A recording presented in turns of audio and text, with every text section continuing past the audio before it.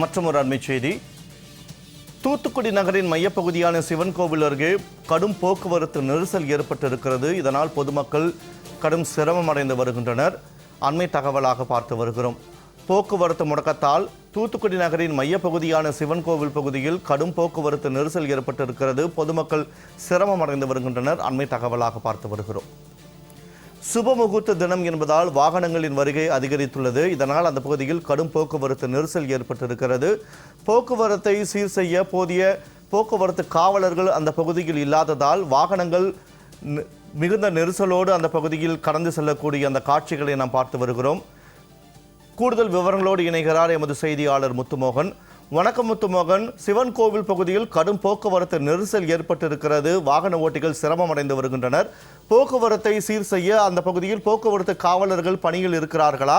நிலவரம் என்னவாக இருக்கிறது? விவரங்களை பதிவு செய்யுங்கள். வணக்கம் வினோத்.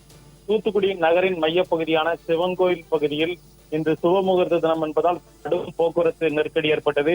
அந்த பகுதியில் போக்குவரத்தை சரி செய்ய போக்குவரத்து காவலர்கள் இல்லாத சூழ்நிலை ஏற்பட்டதால் பொதுமக்களை போக்குவரத்தை சரி செய்யும் சூழ்நிலை ஏற்பட்டது. ஒரு மணி நேரத்திற்கு மேலாக அந்த பகுதியில் கடும் போக்குவரத்து நெரிசல் காணப்பட்டது. தூத்துக்குடி நகரின் மையப்பகுதியில் அமைந்துள்ளது சங்கர ராமேஸ்வரர் பாகம்பிரியால் உடனுரை ஆலயம்.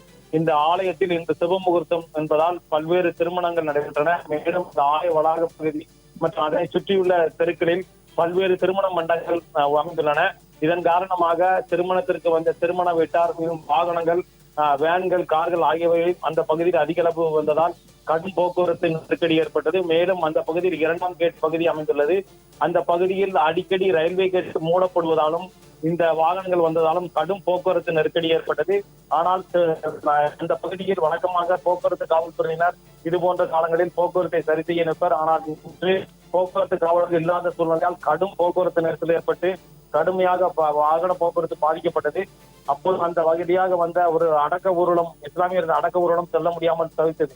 இதைத் தொடர்ந்து அந்த பகுதியில் நின்றிருந்த பொதுமக்கள் போக்குவரத்து காவலர்களாக மாறி போக்குவரத்தை சரி செய்தனர். இதன் பிறகு அந்த பகுதியில் போக்குவரத்து சரி செய்யப்பட்டது. இதன் காரணமாக அந்த பகுதியில் 1 மணி நேரத்துக்கு மேலாக போக்குவரத்து பாதிக்கப்பட்டது.